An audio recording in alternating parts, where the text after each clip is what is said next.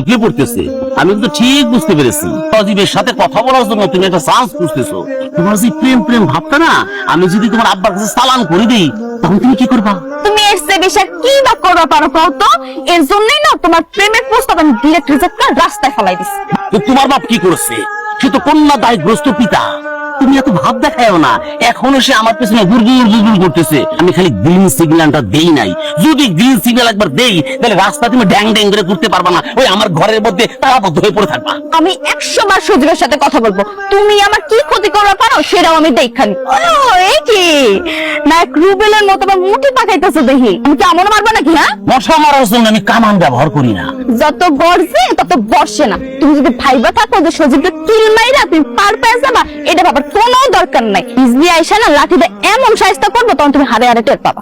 আমি কবিতা তোরই পাত্তা দেই না, আবার বিজলি আমার সামনে তাপালিং করতে হবে।